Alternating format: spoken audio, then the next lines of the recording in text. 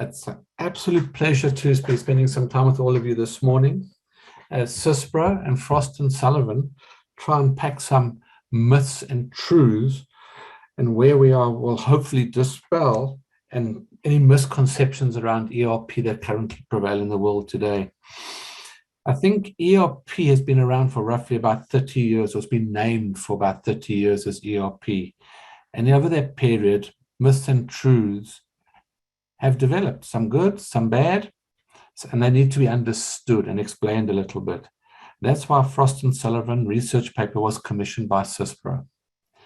The idea was to help future customers of ERP make decisions with the right information, or if you're currently running an ERP system, look at how you can do things differently and remain relevant with ERP in your business today. I think every day should start with a few fun facts. So I've actually chosen 3 or 4 fun facts to sort of kick off the introduction to Frost & Sullivan, who will be then taking us forward and dealing with these things. So firstly, by way of introduction, my name is Mark Wilson. I'm the CEO of SYSPRO EMEA. I have the pleasure of having me on the call from Frost & Sullivan of Hendrik and Sisonke. So welcome to both of you, and I look forward to some wonderful insights from both of you. And just from a housekeeping point of view, if there are any questions, could I please ask that you hit the Q&A button at the bottom and just type in your questions there, and then the team will either try and weave those answers into the discussions as they're going along, or they will address them at the end. So let's start with some fun facts. So before we get to ERP, we have to go back to the 1950s to material resource planning. And everyone sort of thinks that ERP is this wonderful hit word of the last 20 or 30 years since Gartner gave it that acronym in the late 90s, that ERP is now here, and it stands for Enterprise Resource Planning. But you have to go back to the 1950s, when material resource planning was first computerized in the 1950s by airline engineering manufacturers Rolls-Royce and General Electric. This was then modernized into the materials resource planning was then taken further by the British Navy, where they produced nuclear submarines using materials resource planning, and that became the backbone for submarines being produced for many, many years. And that sort of fast forwarded for a decade or two. But all of a sudden in the 1960s, Toyota came out with a manufacturing program that set them aside from the rest of the world. And all of a sudden, a gentleman called Joseph Aukley decided he needed to come up with a solution that would help the playing field be level. And he came up with a terminology called MRP. And if you think about this, here we are in the early 60s, and we've got Toyota leading the way, and Joseph Aukley sort of driving sort of initiatives and ideas. And a decade later, there was literally only 700 MRP implementations in the world. Fun fact number 2. Now, this then evolved into manufacturing resource planning in the 80s. And then by the early 80s, there was over about 8,000 organizations currently running MRP of the material resource and the manufacturing resource planning sort of structures in mind. And that was sort of the background of how this sort of all sort of evolved. So while we talk about ERP being 30 years old from a naming convention, thanks to Gartner, it really has been a journey of 40 years before that, from the 40s to the 90s. And then what happened is once ERP came up, the name ERP came to the fore, what you had was you had to put a definition to it. And what it in essence meant was that you're describing an integrated management of main business processes, often in real time, mediated by software and technology. And that's the essence of what MRP all is. But then obviously the complexity that goes with it is what we're going to unpack today with Frost & Sullivan. So if you take the little history I've just sort of woven in there, so those 2 or 3 fun facts of the day, then you think about where we are with myths and truths about ERP. I hope the Frost & Sullivan presentation will help clarify and help enlighten you in your thinking on how you should go about making decisions on ERP, and more specifically, embracing it and driving it and embedding it in to getting value out of your business. On that note, I'd like to hand over to Hendrik and Sisonke. Thank you so much for joining us this morning. It's a pleasure talking to you. So yes, I am I'm the managing partner for our African region for Frost & Sullivan. Frost & Sullivan is a global strategy consulting and a market intelligence firm. And the reason I mention that is, firstly, I think just to get my 1 second of marketing pitch in. But secondly, it's that it puts us into quite a good position, I think, to do the kind of research that we will be presenting today. You know, we gather insights from around the world around market trends and particular opportunities on the one side, and then we help companies take advantage of those opportunities on the other. So we've seen firsthand just how challenging, you know, the operating environments have become for companies to thrive and sometimes just to survive in, you know, in recent years. You know, we are having to deal, I think, with quite a few additional variables compared to 3 or 4 years ago, or to 40, 50 years ago, Mark, sort of in the 60s and the 70s and the 80s, even though I think, you know, at that time, you know, some of the companies were obviously engaged in some cutting edge work, laying the foundation of what we've got today within the ERP space. During this time, we've definitely experienced a very significant uptake, I think, in ERP systems. You know, we just like to continue in the foreseeable future. If we take a look at the market projections, you know, estimates are, you know, the industry will most likely expand by in the region of about 6 to 11% year on year for the next 4 to 5 years, depending on which forecast you subscribe to. And one of the reasons I think, you know, for this rapid expansion or this rapid uptake is really that, you know, collaboration, efficiency, and flexibility are attributes that have shifted from desired to crucial in a post-pandemic world. You know, tools and technologies with the ability to limit disruption have really combined or dominated rather executive agendas in recent times. And we've been part of a lot of those discussions in order to try to help organizations prepare for what is most likely going to not be the last pandemic that we're going to see in our lifetimes. You know, COVID-19 and to a degree, I guess, the war in Ukraine as well, revealed to us just how fragile our ecosystems are. And many industries experiencing, you know, the severe impact on supply chains when even sometimes just one particular link you got disrupted sort of in the last year or 2 or 3.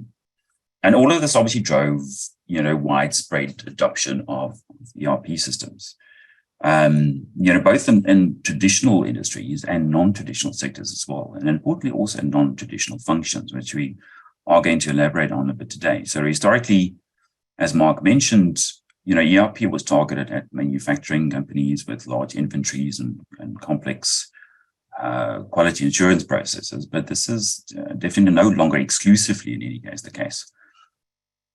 We've seen a very significant uptake in industries like financial services, food and beverage, healthcare, hospitality, just to mention a few. And we've also seen a very significant uptake in smaller companies and startups, which is a very interesting trend.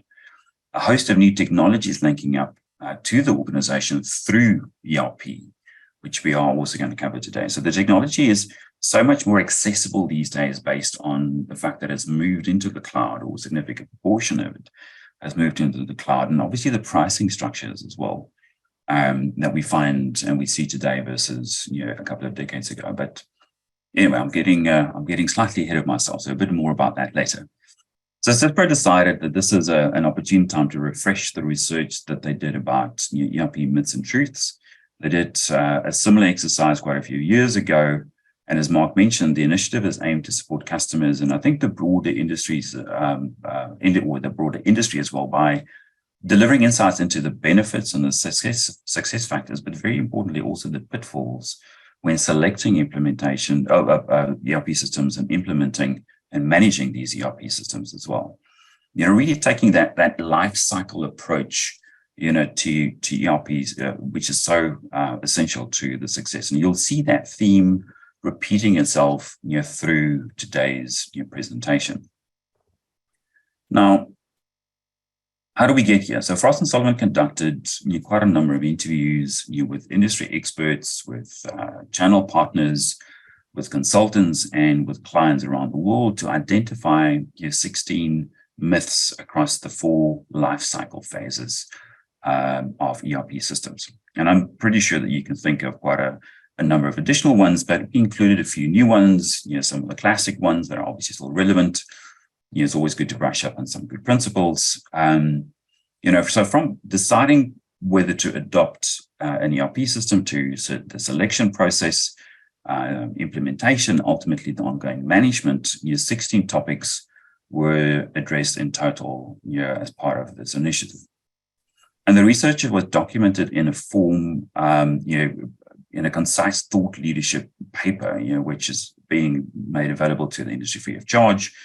But the report includes a number of digital references as well. So it's quite a concise format in order to be able to assimilate quickly. But if you would like to dive into some of the topics in a bit more detail, you have the option to do so just by clicking on some of the sort of the hyperlinks and some of the references that are currently in the document. So before we get started, as with all good market intelligence and strategy consulting firms, there is a little bit of a proviso that we need to put out, and that is that best practices tend to be very contextual. And what I mean by that is that they are often dependent on quite a number of other factors being in place within their organization, or there might be certain external factors influencing the efficacy of certain practices or principles that you might want to apply or implement. So please do keep that in mind with the research and with the presentation today, and with any research really, when you utilize it for strategy purposes. There is no substitute for common sense, even though it is not always that common. Right, so with that in mind, what you can see on the screen is all 16 of the myths. And in the interest of time, we have picked 6 that we are going to briefly discuss today, just to give you a bit of a flavor of the content. There's obviously more detail in the document. We're going to look at myth number 3, which is ERP not only benefits back-end. Myth number 6, everything can be outsourced. Myth number 7, looking at payback periods, and the myth that payback is only long-term. Myth number 11, that success lies purely in the technology. Myth number 13, which is security is a once-off process in cybersecurity. And myth number 15, that change management is typically one big push, and then you're off to success. Now, Sisonke and I are going to tag team a bit today just to mix things up and hopefully keep things interesting. She's got the velvet voice of a radio presenter. So Sisonke, I'm going to hand over to you to get us started on myth number 3, ERP only benefits back-end operations. So Sisonke, over to you. Thank you very much, Hendrik, for an amazing introduction. That was fantastic. So I will be talking about this very common misconception. ERPs are seen as only streamlining back-end of the business, right? And it is obviously a result of the system's roots, as Hendrik has mentioned. But this could not be further from the truth when we look at modern-day ERPs with the new advanced technologies.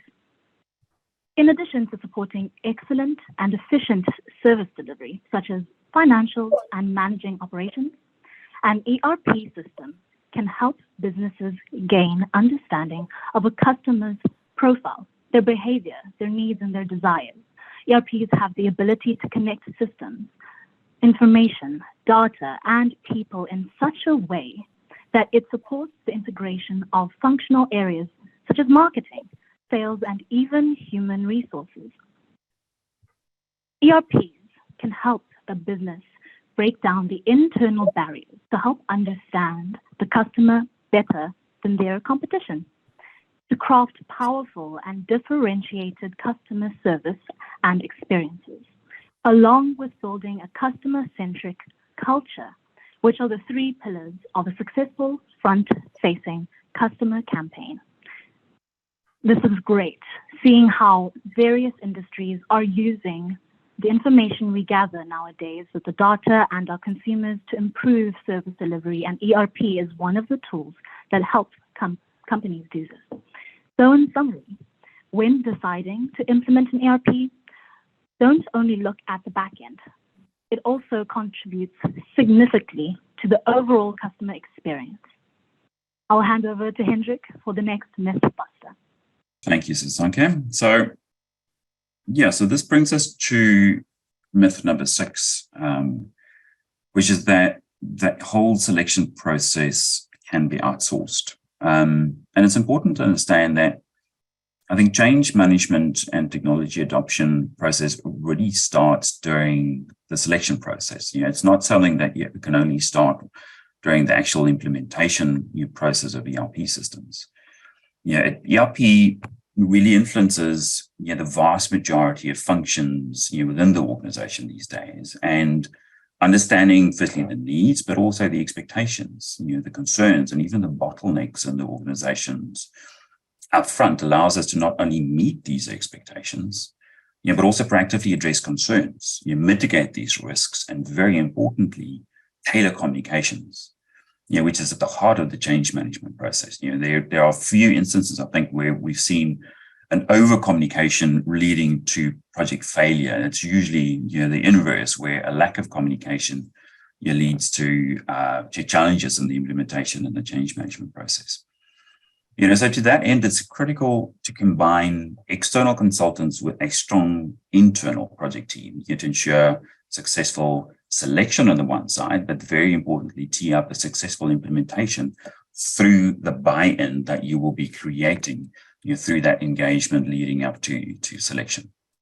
Now, many organizations, I think, still underestimate the required involvement in ERP implementations, thinking that the implementation partner will be the only one sort of working hard on the process. Although the implementation partner can do a lot, true value will only be realized if it is truly a joint effort between you and between the implementation partner. And given that this is typically a critical initiative to get right, it is important to get the right people on to this internal team. You will not regret the investment. We can't have B team players sort of on the team when we need A game delivery from the initiative, given the importance of the initiative. All right, and then we're going to move over to myth number 7, and I'm just going to remind everybody that if you do have questions, please pop them into the Q&A function at the bottom of your screen. It's not the chat function. The chat function is a bit difficult to manage and maintain through the process. So if you do have particular questions, because I can see some of the questions coming through the chat, just pop them into the Q&A your box there on at the bottom of your screen. You will see in the Q&A your box, and you can just pop it into there, and we can manage the questions as we go through the presentation. All right, so that gets us to myth number 7, which speaks about payback periods, which is this is one of my favorite areas to talk about, which is return on investment within the digital space. And I think given the extent, of these investments and these offerings, the levels of investments are typically appropriately high. Industry averages are typically putting this at about anything from 3% to 5% of annual revenues. So as with any digital transformation or digitization initiative, it requires a detailed return on investment analysis. There is no difference in digital investments and other capital investments when analyzing their validity. So, and we often get asked, this question, by potential investors, do you evaluate the validity of digital investments in any other way that you do normal investments? And the answer is quite simply, no, we don't. The exact same process is typically followed, for digital investment, whether it be digitalization, or digital transformation, versus other capital expenditure or large initiatives that will change the fundamental ways that the organization operates or particular assets that you're investing in. If they are not decreasing costs, if they are not increasing revenue or improving customer experience to the degree that can lower attrition, you can show that it will lower attrition. The question is, why are you making the investment? And we on a regular basis, we sit within these executive committees and we debate these things about potentially offering this and potentially sort of providing functionalities of the following, but no direct relationship is proven between the benefit on the one side and the investment on the other, which is really important. And this has a few additional benefits if you take this approach, and that is that the correct modules will be prioritized.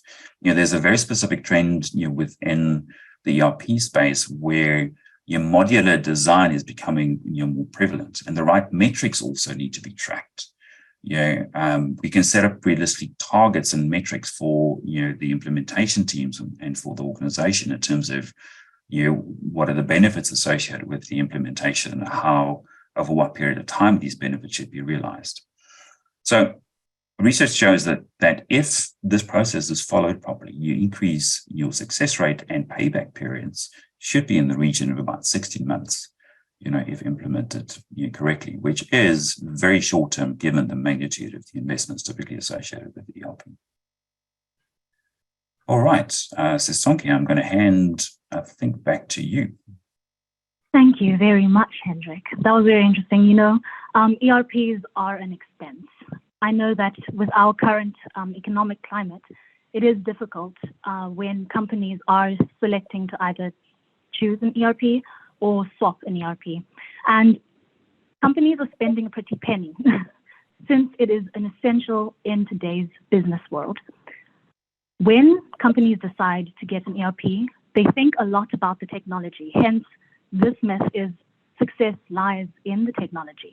However, we have to combat this because it is important to remember that technology alone is nowhere near enough to ensure a successful ERP implementation. When looking at the change lifecycle, change management is a very important part of this. From process to individual to technology change, it goes hand in hand with selecting the right technology. If you think about it, organizational issues, project staffing underestimation, and scope creep are very common human-related issues for ERP budget runs. This highlights the critical role that change management plays in implementation because cash is king, and this is a crucial metric. By giving the human factor center stage in ERP implementation, organizations and companies can unlock the full potential of their ERP investment. This involves understanding the impact of that technological change in the workforce and developing strategies to manage and resist the resistance to change. I once heard, whilst I was interviewing an ERP expert in Eastern Europe, and she was telling me that sometimes people will have both software, so the old software open, and then use it and copy over, and that led to a delay in the learning times and just general output. So learning how to work with the people, the ERP users themselves, grassroots, bottom up, helps better ensure that they are more comfortable using the software. Then it's like it's their idea and they want to use it. It's also essential to ensure that the ERP system, the technology, and the strategy, change management strategy that you use aligns with the organization's goals, values, and culture. This helps employees understand the benefits of the new system and really does help motivate them to adopt it. Another critical aspect of human factor management is training. Employees need to be adequately trained on the new system to ensure that they can use it effectively. This training should be ongoing as new employees join the organization and the system evolves. Something to note with training is that there has to be some sort of incentivization to do it, and it should be in depth. People don't want to be sitting there clicking multiple choice, 5 of them, and they're all easy. It makes people feel demotivated and not really want to engage with this work. So that's something to consider. And in conclusion, ERP implementation requires more than selecting just the right technology. It involves the human factors in technological change and developing strategies to manage and the resistance to change. By taking these steps, organizations can avoid budget runs, overruns, and delays, or even failed implementations to unlock the full potential of their ERP. So something to think about is that ongoing management also lies in security. Cybercrime is expected to surge globally in the next 5 years, rising from nearly 9 trillion to 24 trillion over 5 years. Cybercrime, we've all felt it, right? For some reason, before 2020, robocalls weren't necessarily a thing, and then there was a boom. It's expected to continue. Phishing and cybercrime threats are serious to individuals and organizations alike. It causes huge, significant financial losses, damage to reputation, and disruption to business operations. As more companies adopt online ERP solutions, cyber criminals have more potential opportunities to exploit. In addition, attacker techniques are becoming more and more advanced. Criminals are smart as we are, so you have to keep on going. With more tools available to help individuals with false intentions, such as scammers. Recent global disruptions have driven more organizations to face cyber attacks due to the security vulnerability of remote work and the shift to virtualized IT environments. ERP systems contain vital customer and business data, and many systems are extremely vulnerable to cyber attacks, backdoors, cracks in the firewalls, and this is increasing at an alarming rate. Business executives tend to underestimate how valuable their how vulnerable, the ERP is to cyber attacks, which is a subset of cyber crimes. And the cost to the global economy is a staggering $6 trillion in 2021. And this could double to $10 trillion annually in the span of 4 years. This is something that's crucial to consider when maintaining the security of your ERP. Hence, cybersecurity is not a once-off initiative, but rather an ongoing process evolving with the business. The pandemic pressured companies to allocate resources that focus on migrating to the cloud at speed, but didn't protect vulnerable pain points in the system. Since there is no such thing as a fully protected cyber environment, organizations can put key steps in place that can detect, defend, and recover from attacks. In conclusion, it is a serious threat, cybercrime, and all organizations and individuals need to take proactive steps to protect themselves by implementing strong cybersecurity measures, staying vigilant, and advanced ERPs can help mitigate against the risk of cyber attacks and reduce the impact they can have on our lives and our businesses. I will now hand over to Hendrik for the next Mythbusters. Brilliant, thanks, Sisonke. I mean, it's back to the old saying that cybersecurity is a human issue, right? And sticking to the human part, and we've got one question as well, from the audience. I'm going to read the question before I actually present the slide. And the question is, how do you effectively manage change within the business and ensure that the implementation is done correctly? Yeah, which is quite it's a big question, and it's core to the success of the ERP system. Yeah, so and this gets us quite nicely to myth number 15, which is it takes one big push. Now, most people would agree, I think, that have either researched or been part of or that have run any kind of implementation of an ERP system, that change management is a critical part to the success of an ERP program. So the challenge, though, is that when we look at typical change management efforts in ERP, most of the investments and efforts that we see are typically front-loaded. So there's a lot of emphasis and a lot of budget allocation on when it comes to the onboarding process with the initial implementation. That's prioritized. Maybe there's some level of post-go live assessments that's being done in order to identify particular glitches. But given the magnitude of change and disruption typically associated with an ERP implementation, one big push is typically not going to get you where you need to be from a change perspective.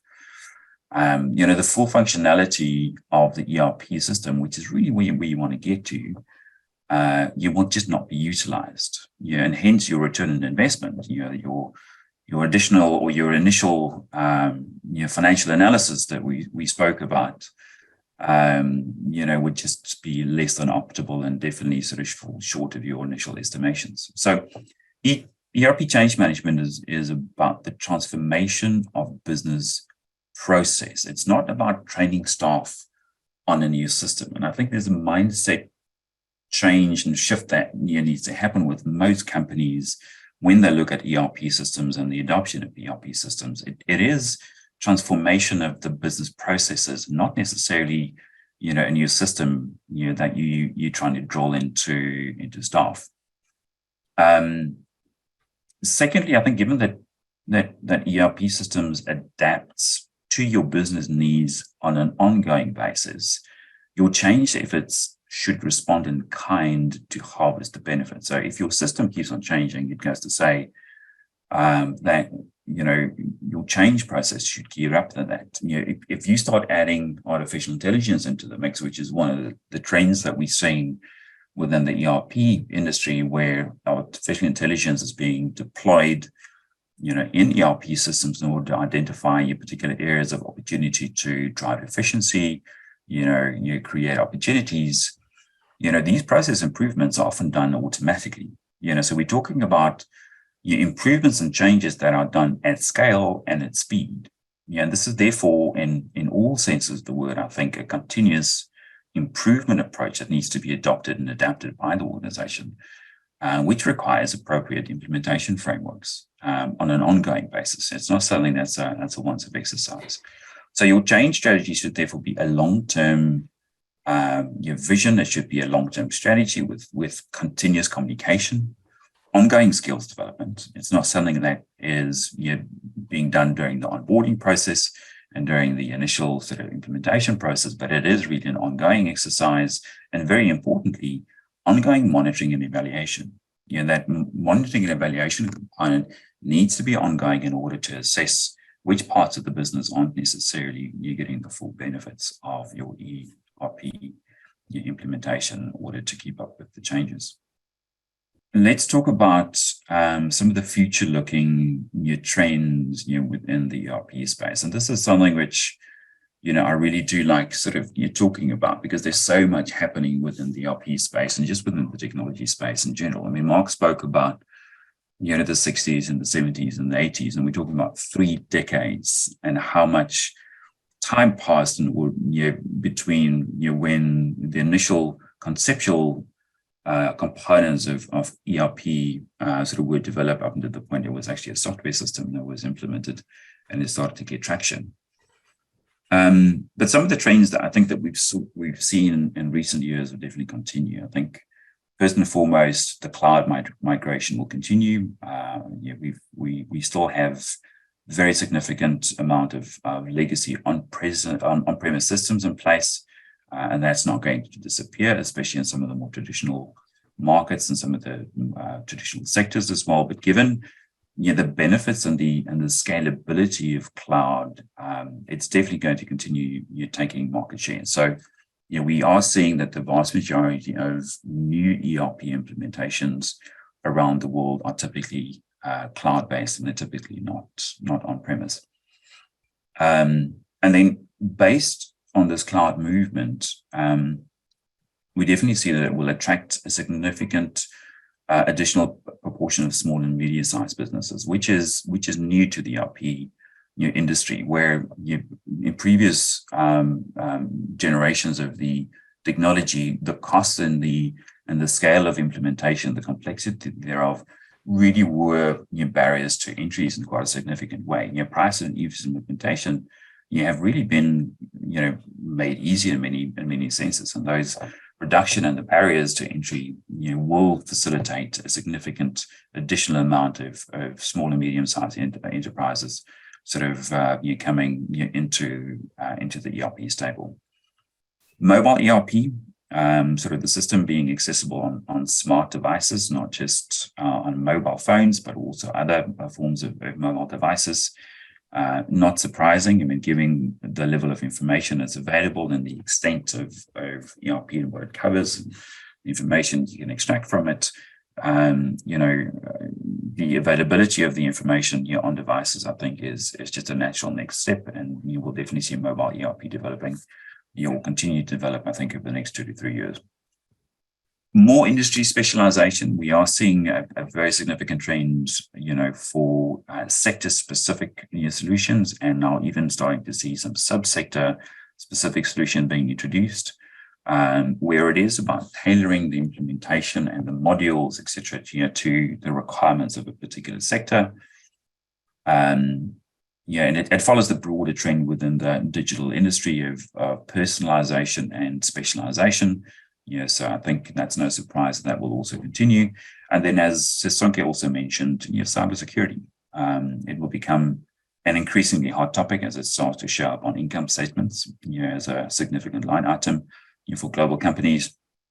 And I think, as ERPs venture into more front office operations, it will become an even more important element to manage, not just from a direct cost perspective, but very importantly, also from a branding perspective. I mean, brands are always very important to protect, and a breach in cybersecurity will definitely have an impact, but customer-facing brands face typically a much more significant risk from a cybersecurity perspective, because of some of the personal information, obviously, that's stored on these platforms, and especially when you start moving into industries like healthcare, and fast-moving consumer goods, etc., that ERP has been doing over the last few years, the cybersecurity element becomes even more important. We mentioned some of the cutting-edge technologies that will not just be integrated into ERP, like artificial intelligence that we mentioned, but also be linked to ERP to streamline and automate certain processes. So, if you think industrial sort of IoT, artificial intelligence, everything associated essentially with Industry 4.0, and these various aspects and technologies will deliver a significant amount of additional layers of data to hone our understanding of operations, of customers, of products, and also the efficacy of particularly technologies that you start introducing. So utilizing that, I think we're going to see a much stronger drive and a much stronger focus of ERP systems on revenue generation as opposed to just cost management, which is obviously ERP's traditional focus. ERP is, for all practical purposes, I think, moving into the profit space and not just the cost containment space.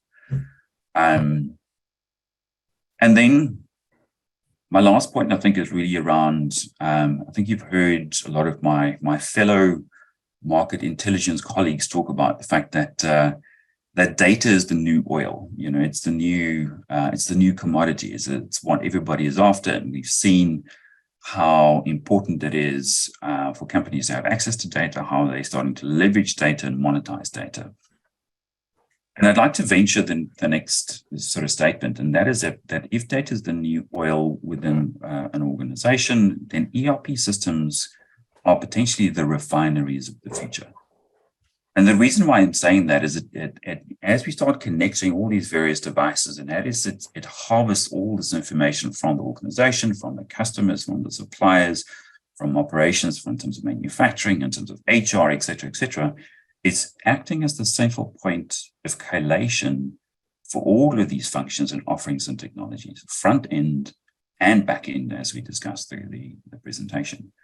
And then refining this data into actionable intelligence that the organization can use, making quite a big difference, both on the front end side, so developing products, developing services, again, on the revenue side and on the cost side. So customer experience, revenue generation, and, sort of cost saving, and the three buckets that we spoke about when we spoke about return on investment.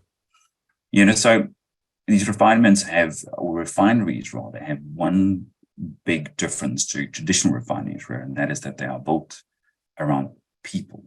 So picking the right team to work with I think is absolutely critical. Your teams like SYSPRO. See, I even got some marketing in for SYSPRO right at the end, you know? All right, so with that, I think we can start moving into sort of the questions and answers. And we've got quite a number of ones here. Right, let's see Hendrik, what we can do. Yeah. Mark. While you're running through some of the questions, because I've also had a chance to review some of them as they've been coming in, and some of it's in chat and then some of it's in Q&A. So you're right, it's a bit of a omni-channel of questions. But I think I'd like to come back to, because some of the questions talk about your change management. So maybe I can step into that discussion a little bit, and then I can answer. I can take 2 or 3 questions off the cuff straight away around change management and ERP, and that'll give you some time to read the questions while I waffle for a few seconds. Okay. So I think I can't remember which myth it was off the top of my head, but we talked about change management as being a key element of the business. I think you called it myth. It was 15, if I remember correctly. And I think that talks a little bit to some of the questions about participation and service providers that have sort of come through the roles. So what I've tended to see is you're right. So there's all these overruns that happen, and all the points you put forward is absolutely correct.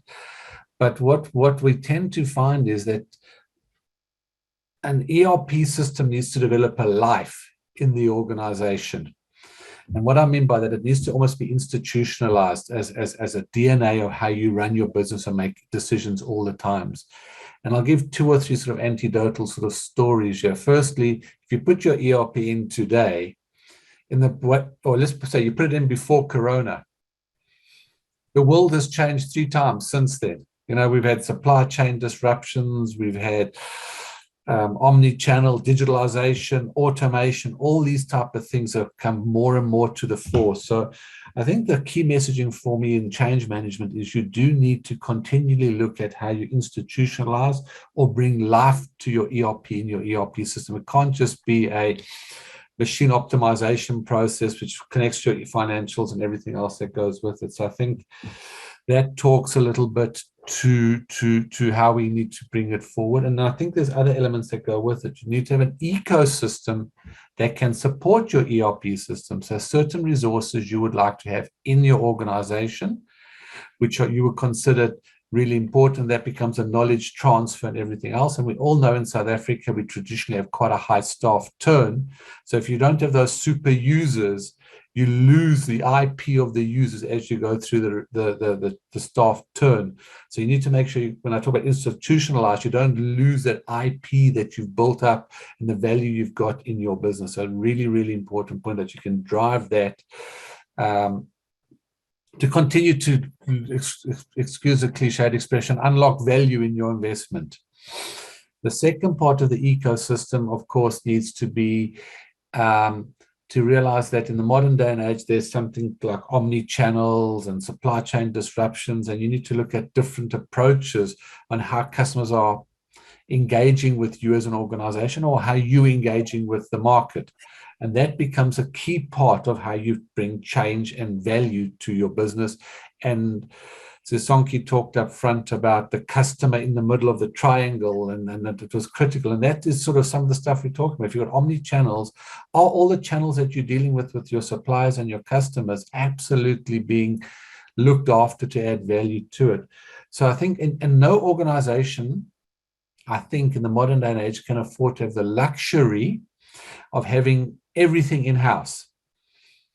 You know what? You can't afford to have a team of developers for a digital exercise. You can't afford to have a team of experts for an automation process. So there's a question about how do you get the right service providers in your community? And I fully agree with what you said about best practice being contextual to an environment. Yes, but I think that is true. So SYSPRO operates with a large base of business partners that have been in the ecosystem for decades, and they know and they've seen business models that work and fail and need improvement, and they bring that expertise with them just at a ERP level, but they're also able to leverage industry experts, or what we call pedigree. So they'll bring a pedigree person, a person with a high amount of pedigree in to drive immediate business requirements or deep technical business requirements into the solution. So I think that change management slide is just so encumbersome to a whole DNA of a far bigger discussion in itself. In fact, there's a topic in that just on its own, to be honest with you. No, I completely agree with you. And it kind of links up to one of the questions as well. And I'm going to read it quickly just around how does continuous participation in these ERP software and service provider communities play in ongoing change management? And there's so much going on from a change management perspective, from a technology perspective, from a best practice perspective, etc. And these communities do have the ability to provide a lot of insight into how to manage those. And companies like SYSPRO, also has a network of these so-called experts that you build relationships with in the various markets around the world. It's one of the nice things about dealing with an organization that is a multinational, not just a local organization. But you've got operations around the world, and you extract back best practices that you understand the context from a market perspective and from a technology perspective and from an operational perspective. But it's important to build relationships with these communities of practice in order to be able to understand, what is your best in class, what is best in practice. And very important, like you say, what is the context that you need to take into account in order to make sure that if you do apply some of these principles and best practices, that you understand what needs to be in place in order to be able to harvest some of the benefits associated with those. Being in the market intelligence and strategy space, for longer than what I should probably admit on this call, the context is 90% of what you need to take into account. Those are the things that you need to be looking out for. Sorry, I interrupted you. And just feeding on that, it's not just about the people, but if you look at the continual evolution of any product, SYSPRO as an organization is continually bringing out new product, new technology to be relevant, right? We don't survive for an organization for 45 years in the industry if you're not bringing out new functionality and new experts. And you expect to leverage that knowledge base of SYSPRO and our product management structures and everything that goes with it. And then you bring the partner ecosystems and pedigrees. So you've got the technology at overlap with the right resources. And I think that's important. And then around the privacy concerns, because we've had a couple of questions around privacy and around IP, et cetera, et cetera. And so, Sisonke, I don't know, and I know you did a bit of research on this, but I mean, around how organizations in Africa, or I guess elsewhere as well, can build resilience and adaptability, just around the topic around data sensitivity, essentially. Yeah, around privacy concerns and data security. Yeah, so there are 5 different measures an organization here in Africa could use to build a robust privacy, I want to call it structure. So it's privacy first, so adopt the privacy first approach, implement data protection measures, provide transparency across the board, so from client and internally, regular reviewing of the security protocols and training for everyone. So when adopting that privacy first approach, they should prioritize the privacy of their customers and ensure that all data collected is used within the compliance of the relevant regulations.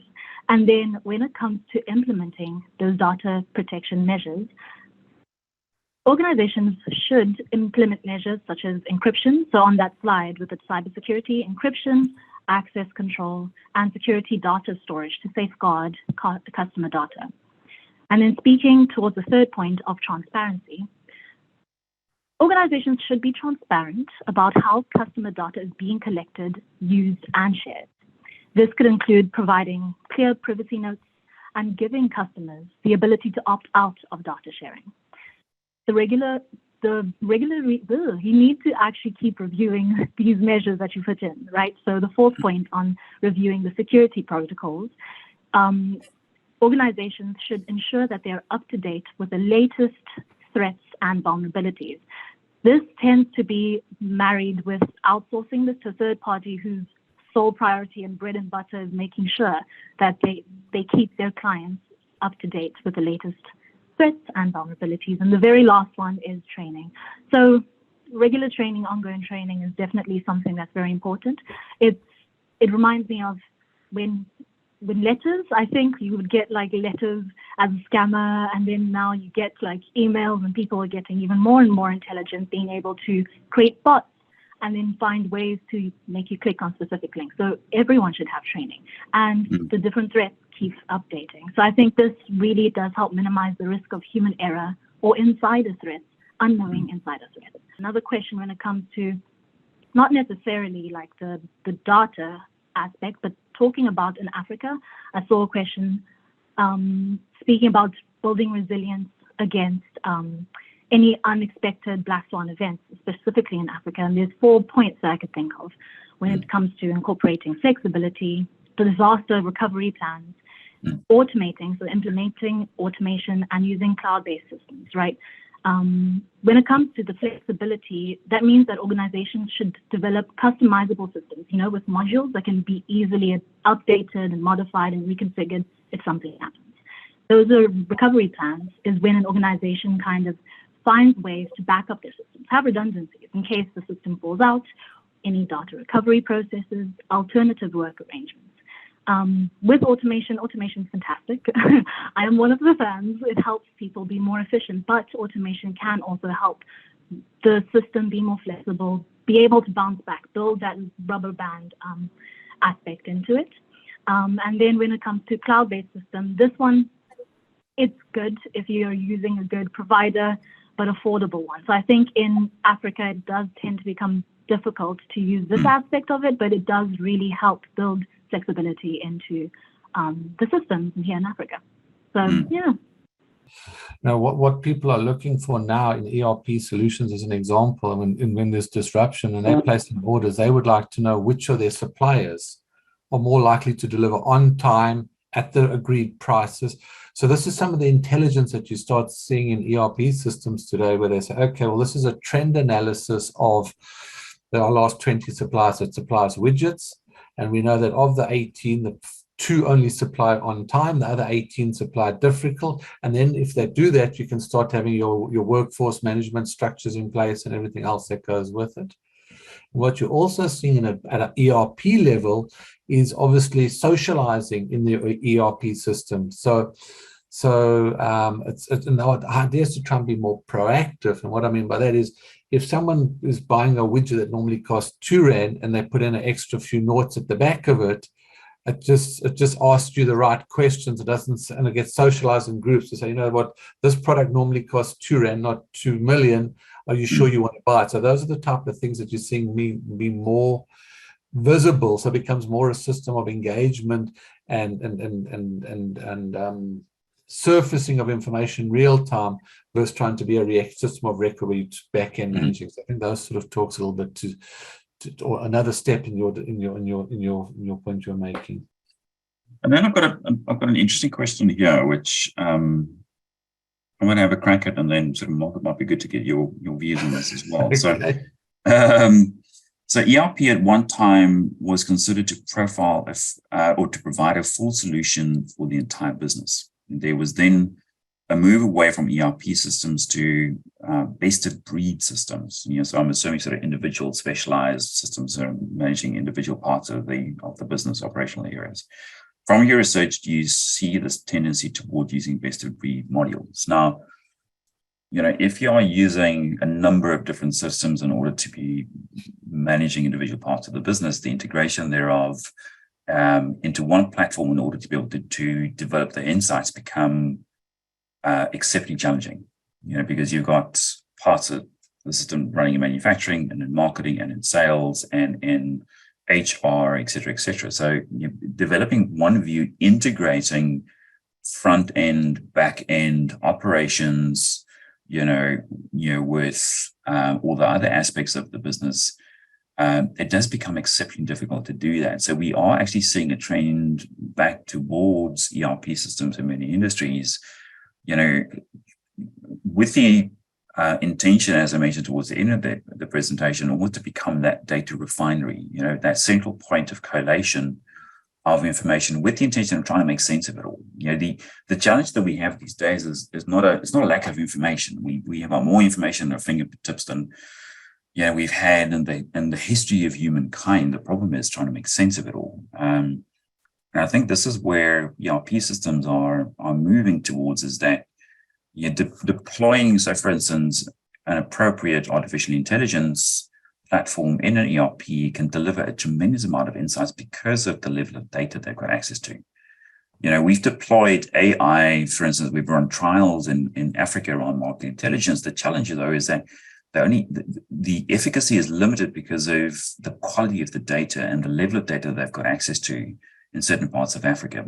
Parts of Africa is got significant challenges with data integrity on the one side and access to information. It's the same with organizations. Now, if you've got a central point, like an ERP system that actually this data moves through, it becomes a lot easier to make sense of the information and the data. And it's too much, from a human perspective in order to be able to process all of this stuff. Because if you think about it, multiple countries, multiple operations within those countries, multiple currencies, multiple through logistics systems, et cetera, it does become exceptionally difficult to make sense of, the comings and the goings, not just from a capital perspective, but from a goods, from a service perspective, from a raw material perspective. So you've got to be able to extract the right level of insight from that, which ERP systems, in our view, definitely have the ability to do, because it sits at the heart of the entire operation.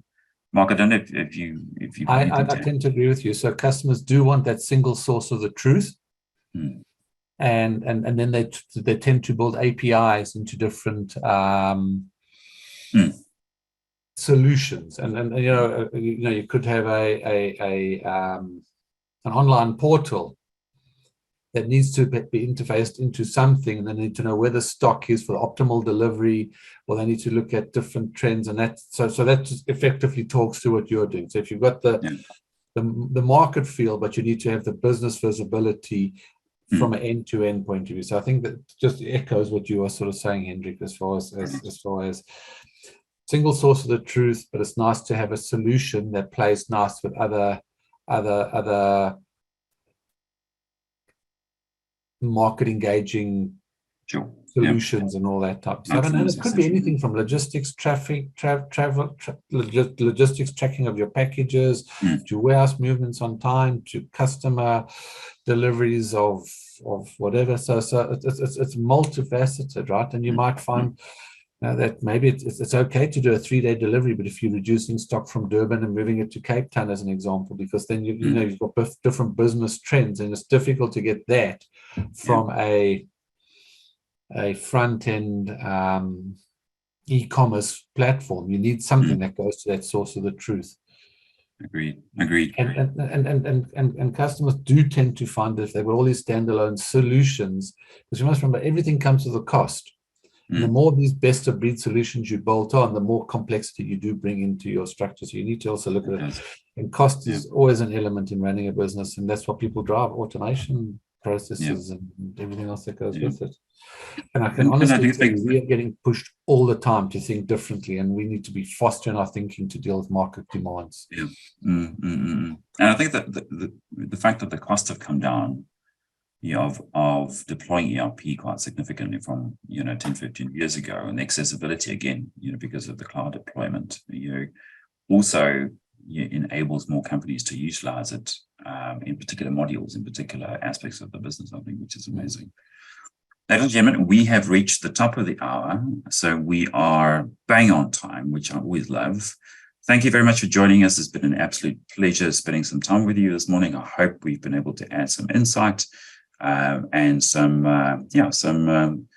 good best practice you can utilize within the context of